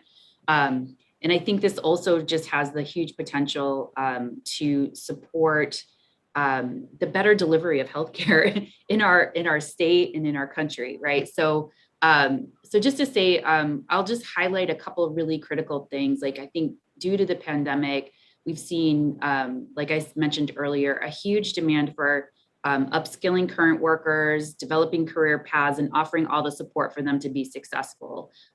We get emails daily from our employer and union partners around different needs regarding surgical techs, regarding nursing, regarding, there's a lot of conversation out there. At the same time, the workforce is really has experienced a lot of burnout and stress from COVID. They've been asked to work at the top of the scope. They've been coping with staffing shortages on the floor. And through all of this, I think part of the growth we saw in our programs last year was that we were really flexible in supporting people and offering flexible benefits, partly through some foundation money that, let us offer sort of a cash benefit that was really flexible for people. But that's just an ongoing need that we've identified, that we're going to need to be flexible in providing those supportive services. I think Sonia mentioned this, like with these shortages, there's a lot of opportunities for diverse workers to advance. And this lets us address not only occupational segregation that's existed, but also then reach back and connect into the workforce system and other community-based organizations to create community hire programs for the backfill that'll be needed as people move up. We also just want to highlight for this group, and then I'll pass it to Tariq,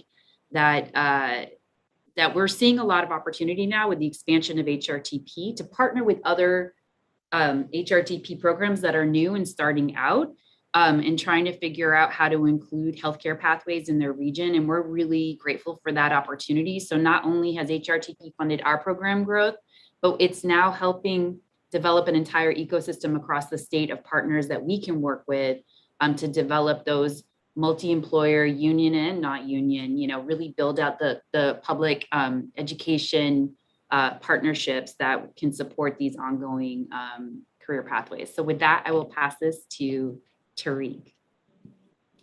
Thank you, Rebecca, and good morning, everybody. My name is Tariq Scott. I was hired to the Shirley Ware Education Center and the Education Fund to manage our very first HRTP grant back in 2017, and I've been the project lead since, like Rebecca was saying. So on a personal note, I would literally not be sitting here if it were not for the board's support. So just wanted to take a moment to start with some heartfelt gratitude on that front.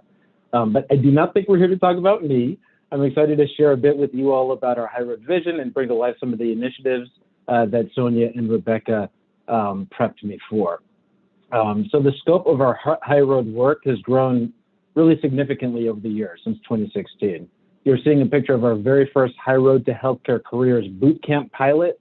These are food service and janitorial workers from Oakland's Highland Hospital, and we delivered an 8-week customized curriculum to support transitions into community college career technical education programs. So that was kind of how we started, modest roots. Since our initial pilot, we leveraged HRTP funds to design a pre-apprenticeship and CNA apprenticeship program, a digital fluency and preparation for online education package of services that we call First Steps, that really acknowledges that online education can be really scary, especially for folks who have never been to college. We built additional staff capacity to design and develop our career pathways across all of our regions. And in recent years, we've had a particular focus on the Central Valley and the Inland Empire, region of the state that have a concentration of lower income communities and poor air quality. So our partnerships have endeavored to really take vehicles off the road through increasing care delivery through telehealth and online education for upskilling. And in sum total, our partnerships represent a true intersection between equity, so targeting underrepresented workers and communities, and job quality, promoting jobs that pay family-sustaining wages and competitive benefits. Next slide, please. We wanted to take a moment to underscore the importance of registered apprenticeship. So without going into every item on this list, apprenticeship is such a critical tool in our tool belt. And with the state's concerted effort to increase the number of non-traditional apprenticeships, healthcare represents a really unique opportunity to provide full service support to a workforce that's mainly women and people of color in filling high demand jobs and high growth jobs that pay strong wages. So in 2021, we registered 75 apprentices across 8 job titles, which is a record for us. It was a big year for us last year across the board. And you're seeing here to the right, a shot of our CNA apprentices at El Camino Hospital. So the model that we developed through HRTP funds, we used to implement this program at El Camino. Next slide, please. So I don't want to preach to the choir on this one, but apprenticeship is beneficial to both workers and employers. It benefits workers because it's an opportunity to earn a wage and benefits while training into a new job, a model that has, of course, existed for centuries, and we're excited to bring this into the healthcare space. And for employers, they benefit from really just growing their own. So the model, like Rebecca was saying, reduces turnover, increases retention, and promotes a culture of providers working at the top of their scope in an efficient manner. Next slide.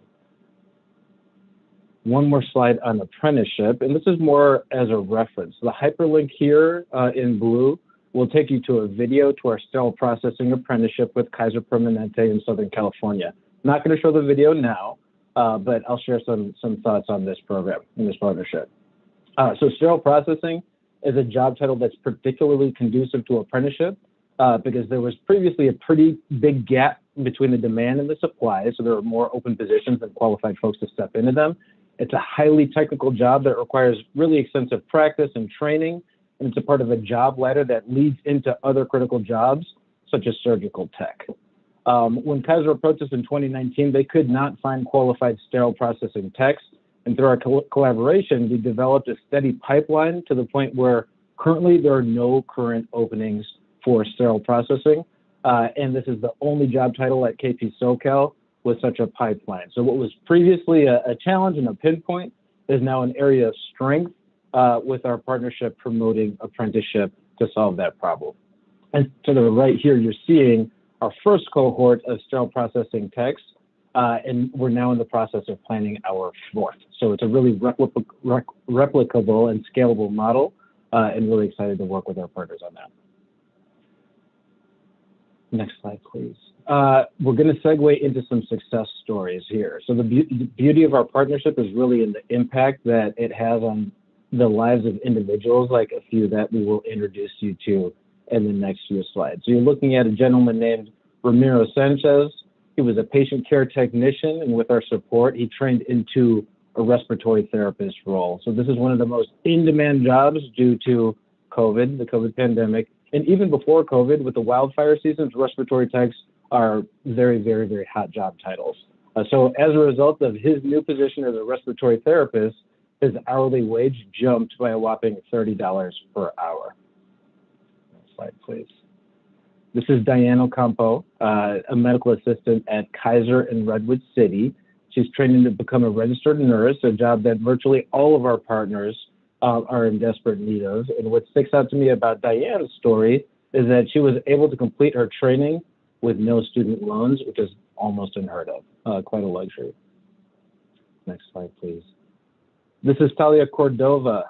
She worked with us to complete a registered nurse program. What I want to point out to you all about Talia is that she participated in our wage replacement program, which allows workers to take shifts off to go to school and still get paid while going through the training. So it's not exactly a registered apprenticeship, but it's apprenticeship-like in the sense that it borrows the earn and learn model to support learners as they go to school and maintain their wages. Next slide. This is Emanuela Osawe, and she moved from a certified nursing assistant role to an imaging position with our support. She took advantage of a number of our programs. So in the healthcare space, for most clinical positions, you have to maintain your certification through continuing education. And she gained some experience with the Ed Fund and the Shirley Ware Education Center through continuing education, and decided that she wanted to sign up for tuition support for the imaging program that she completed, which can be quite costly. So this is a nice example of somebody who started off with some kind of shorter term trainings and transitioned into more of the intensive career technical educations that lead to new jobs. And then finally, I will introduce you to Delilah Jimenez. She was an 11-year veteran at Kaiser. She moved from a unit assistant to a medical assistant to a medical social worker after participating in a number of our programs. She obtained both a bachelor's and a master's degree while working full-time and taking care of her son as a single parent. So she is truly a special person, and I feel that Delilah's family is a perfect representation of what our work is all about. So wanted to end with Delilah. And with that, we would like to thank you for taking time to hear about our work. And I'm fairly certain that we went well over time, but we're happy to answer any questions. Yeah, Tariq, this is Bob Beecher. I do have a question. In none of these cases, did the employer offer tuition assistance? I'm curious that does KP not offer their? They do.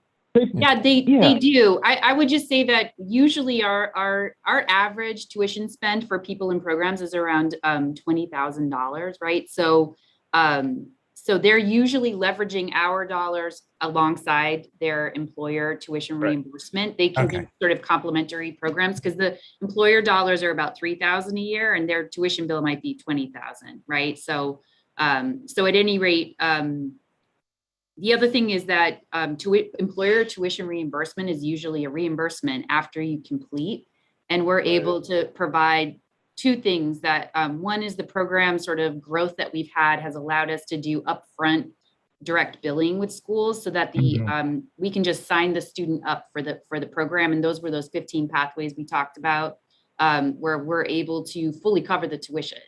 I mean, I wouldn't say it's no cost because I think any adult going to school is going to bear some cost of their time, cost of, you know, arranging all of the things in their life they need to be able to go to school full time while working, but we're covering the tuition through direct billing and they never even see a bill.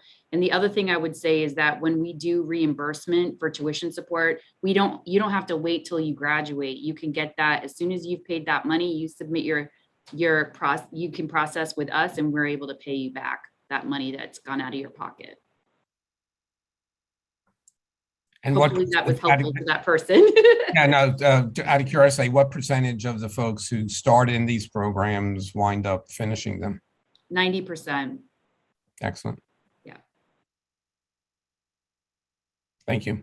Yeah. That's great. Thank you so much for the presentation and for sharing all of your work. And I just want to lift up a couple of points from the previous presentation, also with what Sonia was sharing is, you know, I do feel that the high road model, there are secret sauce. I mean, there's a lot of key components, right? Very dynamic, but I feel like our secret sauce really is that worker voice component because it really builds in that ownership. Right? It builds in also that knowledge, that wisdom that workers bring in terms, they know what their barriers are, or they know how things can be done better with access. And they're the ones that communicate with their peers. And workers, you know, want good employers and employers want good workers. And there's this interdependency when we think about a resilient industry and a resilient communities and a resilient workforce is really it coming together. So I just wanted to lift that up because I think, you know, you all shared that example. And another thing is, you know, Tim talked earlier about, you know, the traditional workforce system. And, you know, we don't believe, you know, under the high road model or at CWGB that any job is better than no job. Like that's not enough. That's not okay. California can do much better. And so really investing in workers who are already and looking at the upskilling, like incumbent workers, like it's life changing. And I think we can't just regard that they're just as important as looking at how to place folks who aren't in jobs, right? And creating those opportunities for placement, but also, you know, creating some paths for California. So I just want to lift up those pieces. And before we pivot to talk about the evaluation, the framework, we really wanted to see if there's any other questions, but you know, we really wanted to showcase the projects because that's really the best way to tell the story, right? And there's a huge challenge ahead of us of like, how do we capture some of these things that we heard today, right? How do we capture that excitement from those mentees and mentors in the CTW project? How do we capture the systems change and the communication of creating easy pathways or easier pathways and access to upskill, you know, in a healthcare, you know, profession so that workers aren't sort of out there on their own trying to figure out and find out from friends and what they heard on somewhere about maybe a program and what their next step should be. Then they go into programs and then that's not really their next step. Like folks we don't have time to lose, right? So it's that challenge of capturing that impact of these industry engagements and of these partnerships. But before we hand it off to Pradeep to do the introduction of that piece, wanted to see if there's any questions for our presenters on this panel. Any questions? Great. Thank you so much for sharing your stories with us and for all the great work that you all do. Tariq had the pleasure of getting to meet you, and I started with the initiative as well back then. So it's just great to see everyone just like fast forward 5 years. Who'd have thought, right? And we still got another chunk of time to go. So we'll see where we all end up and where this all goes. I don't know, Tim, if you have anything to add before I hand it over to Pradeep. No, it's great. Yeah, ready to hear about the evaluation framework. Good morning, everyone. I'll be very brief and then I'll hand it over to Annaluz. Just to set the stage here, for a state organization, we are unique as in the sense we have a robust research and evaluation staff, and we also have a data management and administration staff, and we put those together to try and convert what are databases that are typically for compliance and reporting into analytical database. A good example of that is CalSkills, but we're sort of expanding that to move towards getting CalSkills Plus. And what we're trying to do essentially is align our research and evaluation work to the strategic planning for the board, and that central to that strategic planning is the High Road Training Partnership and the High Road work that goes along with it. And so with that, I will turn it over to Dr. Annaluz Gonzalez Vasquez to talk about, from the UCLA Labor Center. I had a 2-page bio that I could have read to you, but if you go to the website, you will see lots of wonderful things that she has done. And she and her team have been a critical thought partner for us for the last 3 years, along with the UC Berkeley Center, to talk about basically how can we take what started off as a process evaluation and now moving it more to an impact evaluation, looking at the impact of High Road. So Annaluz. So much, Pradeep, and thank you to the board for inviting me to share with you the evaluation work that the UCLA Labor Center has been involved in. Again, my name is Annaluz Gonzalez Vasquez, and I'm a project manager at the Labor Center. I do have some slides to share, so I'm hoping that someone can bring those up.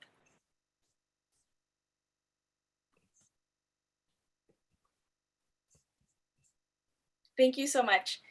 So for the past 4 years, the UCLA Labor Center has been involved in evaluation efforts documenting the successes and challenges of High Road training projects and what they've experienced in the process of adopting the HRTP framework and drawing lessons to strengthen the High Road training partnership approach and its potential for transforming California. As Tim mentioned earlier, the HRTP initiative was conceived not as a short-term program, but really a vision for the future of California. The HRTP demonstration projects were tasked with modeling what an alternative approach to workforce development can look like when it focuses on developing local solutions to larger industry problems that are driven by equity, job quality, and climate resilience goals. And this initiative is unlike others in the state. The focus of the initiative was to create an infrastructure of industry leaders to work together in the long term. You've heard from 2 partnerships now that they designed training programs, but the emphasis was really on setting up the infrastructure for this approach to make the partnerships, to make sure that the partnerships were created and focused on the HRTP components, that they were industry driven, worker centered, and that they were guided by equity, climate, and job quality principles.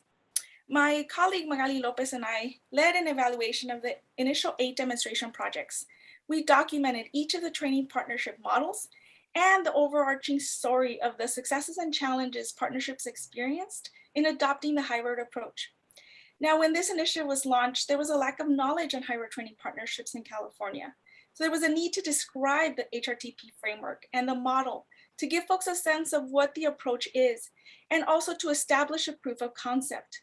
Because HRTPs had broader goals of creating an economy that's driven by skills, innovation, opportunity, sustainability, and shared prosperity, we had to apply a qualitative and inductive approach that yielded a general understanding of how partnerships work and how they were moving the needle in regards to equity, job quality, and climate resilience. Now, most of the demonstration projects had been working with their employers for many years. They were modeling aspects of the High Road approach. So as much as we wanted to, we had to stay away from developing a set of metrics that would set the standard of success at the level that we already knew would not be reasonable for future HRTPs that were not going to be as seasoned.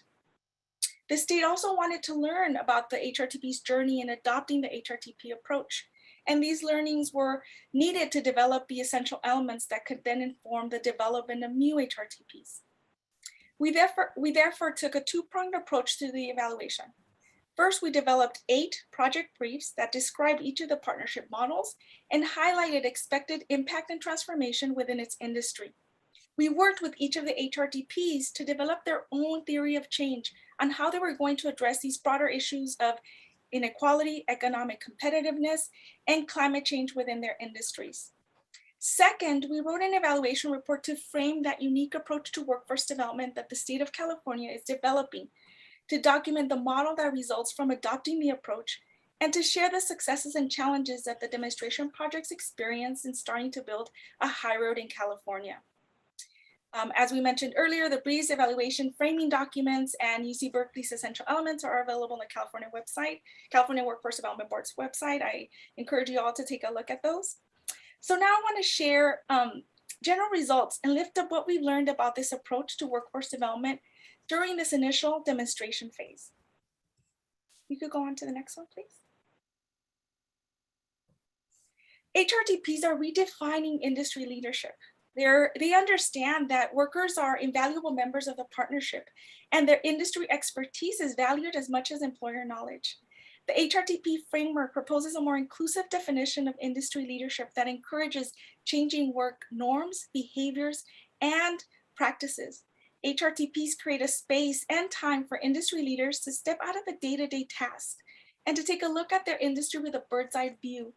Doing so in a collective manner that engages employers, labor, and community is where the true value of the HRTP framework lies.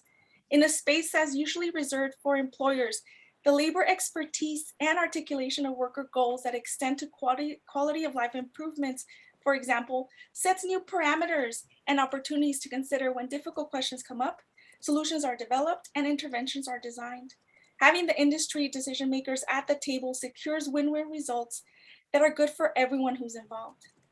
What I want to emphasize here too is that HRTPs and what was emphasized with the HRTPs that presented is that HRTPs are creating an infrastructure of practices and systems for genuine worker engagement. HRTPs recognize that workers on the ground knowledge of operations is central to maintaining comprehensive industry expertise. So workers are not just at the table in committees. They're involved in program development, design, and implementation. And what's also important is that workers feel valued for their contributions to addressing industry issues. Can you go on to the next slide, please? HRTPs are also building collective power because all members benefit, which secures long-term commitments to the partnership and increases collective expertise and the capacity of the partnership. HRTPs reallocate power so that all parties, employers, workers, labor representatives, and community members as well benefit. This increases the collective expertise and capacity of the partnership and secures long-term commitment to win-win solutions. When frontline workers share their on-the-ground knowledge, for example, solutions are developed that not only meet industry demands, but they also make practical and operational sense for workers. When employers share their knowledge of the industry and labor market trends, the interventions that are designed will meet current and future needs, allowing a firm to improve its foothold in the market. Can you click on to the next slide, please? HRTPs are also placing systemic issues like racial inequality at the forefront. They identify inequalities within the workforce development programs and design solutions that will sustain workers in the long term. Often race is incorporated into public programs as a diversity requirement or goal, but merely having a diverse pool of training participants does not address the problems that keep historically marginalized populations from accessing and successfully participating in these programs. HRTPs move beyond diversity initiatives by identifying racial inequalities and tailoring workforce development interventions, including the need for sustainable long-term policies that can be widely adopted to address the needs of disadvantaged communities. For some HRTPs, training programs provided an opportunity to make systemic change and institutionalize good employment practices. Training programs were short-term interventions that met employer and worker interests and set a point of departure for long-term HRTP work to advance equity and job quality. The next slide, please. HRTPs also offer an innovative model for workforce development that is responsive to change. The economic turmoil that industries experienced during the COVID-19 pandemic created a perfect storm that tested the effectiveness of the HRTP framework. The pandemic devastated industries like hospitality, and it changed demand and how work was performed for others, like the janitorial industry. In response, HRTPs were able to pivot in record time.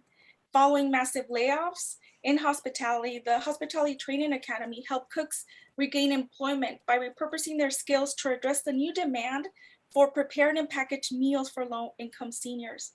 Other HRTPs piloted programs on worker health and safety guidelines. They created their own sanitizers and secured protective equipment for workers. By working in partnership, HRTPs were able to respond to the pandemic with real-time solutions that preserved the health and safety of essential workers and connected dislocated workers to new jobs that emerged. Can you go on to the next slide, please? And HRTP, the HRTP framework is advancing a shift in workforce development assessment. As we shared today, HRTPs offer comprehensive responses to industry needs that require a shift in how success is obtained and measured. Because partnerships are dynamic and simultaneously address multiple issues in the labor market, Harley. measuring their value Good. must be nuanced. So I didn't get to download with you, but Hey, Bob, you're not on mute. you didn't miss much yesterday. And it, Bob, can you hear us? all these events go to show that we do things pretty well. Yeah. I don't know how to get to Bob. Sorry, Anna Luz. No worries. Maybe Miranda can mute him. That places like a third world country. It's I hope he doesn't say something about our webinar. Oh, there you go. Awesome, thank you so much. Like I mentioned earlier, and what's been mentioned before, is that HRTPs offer really comprehensive and complex responses to industry needs. Because partnerships are dynamic and simultaneously address multiple issues in the labor market, measuring their value and impact must be more nuanced. For example, using quantitative measures such as counting the number of workers who participate in a training program does not really accurately capture the impact an HRTP has on jobs, workers, and workplaces. HRTPs also associate success with promoting worker voice and power, systems change, culture shifts, and other qualitatively measured indicators of high road success. Taking the high road approach, therefore, considers the partnership success in impacting individual lives and also changing policies, practices, and norms to improve industry systems and positively affect its community. So to sum this up, the evaluation was a foundational piece that was instrumental in framing the work to achieve a general understanding of what it means when we talk about achieving the high road in California. From the early evaluation, we developed tools that we are using now to support the field. We've created framing documents, like Tim mentioned earlier, on the HRTP approach. We have a working definition of job quality, equity, and climate resilience, and we have insights on what HRTPs experience when they reach higher levels of maturity. However, while it's been helpful to learn what the value of applying the high road approach was from these demonstration projects and the improvements that can be made, most of the high road efforts in the States are not as seasoned. We are now learning from current partnerships that work more closely to them. We're learning now from current partnerships that more closely reflect the experiences that most HRTPs or potential HRTPs will encounter in adopting the high road approach to workforce development. So the next step for us is to set up metrics so that we can move towards measuring the impact of the approach.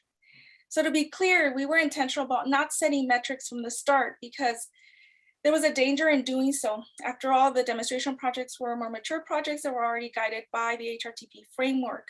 So the metrics would have not been applicable to new HRTPs. And more importantly, setting metrics during an experimental phase could result in unintended consequences that could exacerbate inequities for the most marginalized communities and organizations that serve them. Can you click on the next slide, please? So what's next for us? We're excited to partner with the Research, Policy, and Legislation Department at the California Workforce Development Board to continue this work. In this next phase, we're going to design an evaluation framework that will offer metrics that can help guide and document the partnership success.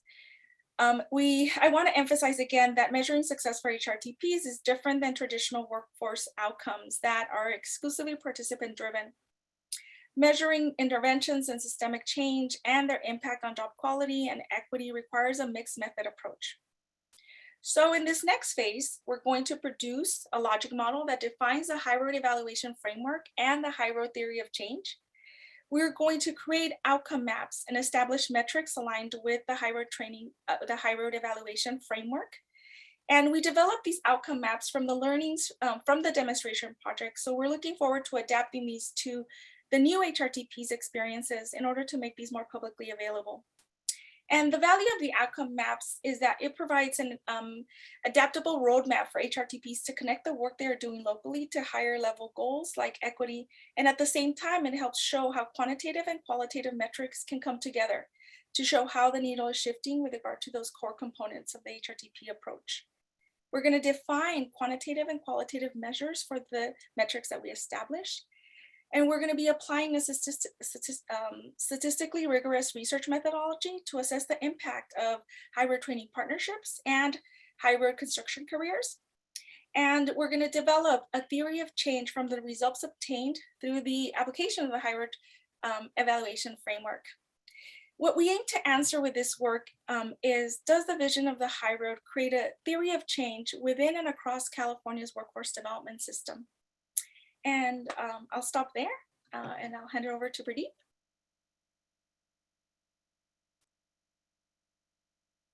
Thank you.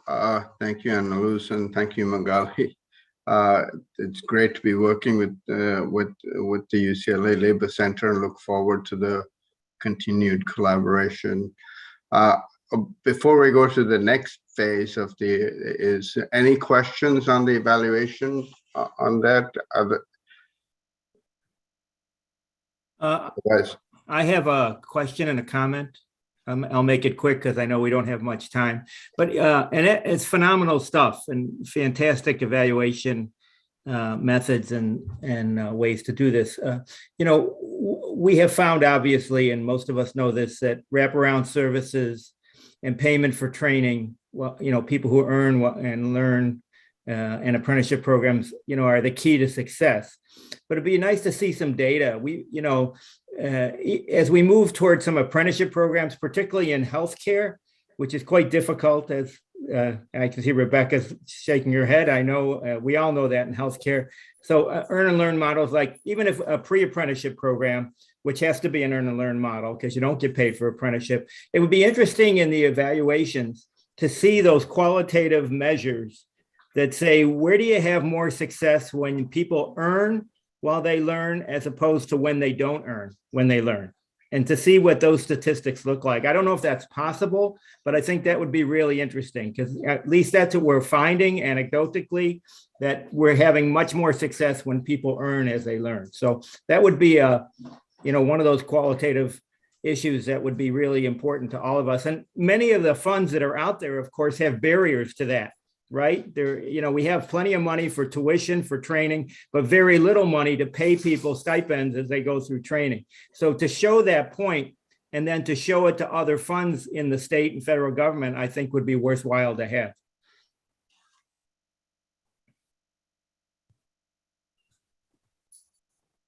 Go ahead, Rebecca. Oh, I just have a comment on that. I mean, I think there's a lot we could look at. I've thought about this a lot because I think one of the keys to our 90% completion rate is something that's a wage replacement program that we offer at Kaiser.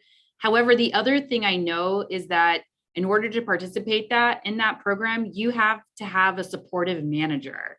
And when we've surveyed our members, they're like, the number one input to my success is my manager supported me in participating in this program. Like, these workers need flexibility and support. And so I think we can look at the earn and learn aspect, but I think if you have a job where you're being supported in moving up into a new career, you're going to have a real big leg up on life. And so there's obviously a wage replacement and an earn and learn component to that. But I think the mentoring, flexibility, and support is equally, if not more important. It's sort of like you have to have the wages in order to even participate, because you can't not have wages, right? And then if you have all that mentoring and support, that's how you get a higher completion rate. Yeah, I think that's a really important point, and that may apply more to incumbent workers as opposed to new workers. And as we reach out to new community and underrepresented community people, we're talking about some new. So I think both are really important to measure. Yeah, great points, Bob. Thank you. And thanks, Rebecca, for that input. John, you have your hand up? Just to weigh in support of thinking of evaluation measures that measure that buy-in from industry in different ways. Nothing specific, but I think developing that would be is really important and crucial. Respond? Yes. Go ahead, Annalise. No, these are really great suggestions, and thank you so much for sharing them. I think you're absolutely right. There are definitely quality of life improvements that can be captured more qualitatively, and that's what we're hoping to do in this next phase. And I agree with you, John, about really capturing the employer perspective and the value that they see in engaging in this work. And we're hoping to do that, like I said, in this next phase of the work. Tim? Deb, yeah, go ahead. Yeah, I just wanted, Annalise, I'm really excited with the new evaluation work that you're doing. We are starting up HRTPs all across the state, and we're running into the same kind of factors you're talking about. So I really appreciate when you say you can't just set high bar and expect everybody to reach that. I'd really like to hear more going forward about how you are going to be measuring those things, and maybe we could collaborate some, because we're measuring employer impacts, community impacts. What does it take for people to even get off to the first base? So to your point about both Rebecca and John about both employer buy-in, and your supervisor buy-in, if people don't want to do it, it's just not going to happen. I don't care whether you tell them you've got money or not. If they don't want to do it, you have to find out why. So I think the foundation of it being a strong partnership is what we're really discovering as we're going through state, in agency to agency. And without that strong labor management partnership, all these other things can't really manifest themselves. So I'm looking forward to seeing what you're doing over the next period.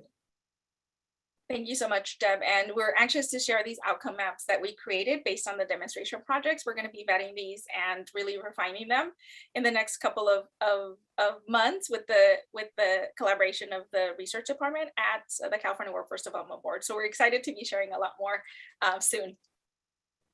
Yeah, thanks for your point, Deb, and Rebecca, thanks for your point in the chat. Folks, take a look at that. Really important to understand that the HRTPs are at very different levels. We have a lot now in the new who just came into the family, who are very much on the development side, and you can't look at them the same way that you look at the more mature work. And as you're pointing out, Rebecca and Deb, as you expand your work and scale it, you have to also take that into consideration. Carol? Yeah. This is really wonderful, wonderful work. With the idea that unless you measure it, it's not going to be valued. I would also urge you guys to, try to measure where wages have improved because of action of the board within the larger HRTP vision. Like, where have labor standards been instituted in the CPUC or whatever, and make that work of improving jobs, both by the grantees and by the board, visible. Yeah, that's a great point. I mean, because we're doing a lot of this partnership work in Sacramento with agencies and departments who are asking us for advice on how to build in those workforce standards. We need to show that those workforce standards have impact also. So that's a great point, Carol. We'll see how Annalise can do that. And can I say a couple of things here? One, because we are now having a lot more heterogeneity in the higher HRTPs, one of the things that we are looking at this is a continuous, as we develop the evaluation framework, it's a continuous improvement process. So we're looking at it as a continuous improvement process. The other thing we're doing concurrently is that internally, the research staff is taking on the role, previously they were sort of doing a lot of the evaluation work themselves. We've shifted that to third party, and they act as a point individuals. But what they're trying to do is develop, like looking at job quality standards, equity, climate resilience. They're trying to come up with the user guides, position white papers, things like that that can help not only in the evaluation work, but also these grantees that are now spread across a wider spectrum in terms of the HRTP work. So I think I just want to make sure that to let everyone know that that work is also going on. I think to the point that both Carol and Deb were making. Great. Thanks, Pradeep. Carol, did you finish your point? You still have your hand up. Yeah, I finished it. Sorry. Okay, yeah, no worries. We're at time, and I don't want to keep folks any longer. There is a lot more work that we're doing to institutionalize the high road, because we don't want it to be here today and gone tomorrow because things change in Sacramento. We're doing a lot to institutionalize it. It's now in the state statute and state code. It is the mandated work of the State Workforce Development Board to build the high road in California and to measure its impact. And as Pradeep says, we're doing a lot of that, starting that work now, in the definitional work. We are integrating everything about high road into all of our other program work, so it hangs together a lot stronger. As Carol pointed out, we're doing a great deal of work in Sacramento too with our sister departments and agencies to embed high road standards and principles into the way we invest as a state in building the state's infrastructure, and want to see that happen more at the local level with local government and municipalities. And we've got some strategies around that. There's so much to say. We're also really honored that the Biden administration has taken this on. And if you saw the last big solicitation that came out from the Biden administration, the Good Jobs Challenge, high road principles were buried all inside that. If you looked at it, you saw it very clearly. So I think DOL, hopefully they're still on the line. We've been talking a lot with the ETA staff, but also other states who are coming to us and asking us how we do it. We've had a bunch of conversation recently with the state of Oregon on how to do this work in their state. So we're on fire and trying to keep up, and I really appreciate all y'all's support, and also appreciate you spending 2 hours with us today to talk about our favorite subject. And thank you to the presenters for taking your time out of your very, very busy days and talking about your excellent work on the ground. Very, very deeply appreciate everything that you do. And I think that's it, right, Aida and Pradeep? Should we adjourn? Yes. Okay. I don't think we need a motion. Thanks so much, everyone. Have a great day. Thank you.